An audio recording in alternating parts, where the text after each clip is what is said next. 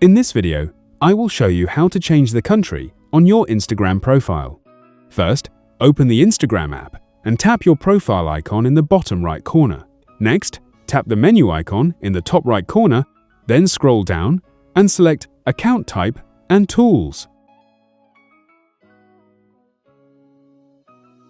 If you're using a personal account, tap Switch to Professional Account and follow the on-screen steps. During the setup, choose any category you prefer. Then make sure to select Business when asked to choose between a business and creator account.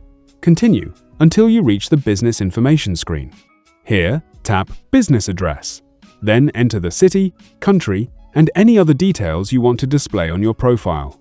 Once you're done, tap Done. Then finish the setup. Then turn on Display Contact Information. Once enabled, the location you entered will appear on your Instagram profile. That's it. That's how you can change the country displayed on your Instagram profile. If you found this video helpful, subscribe to our channel.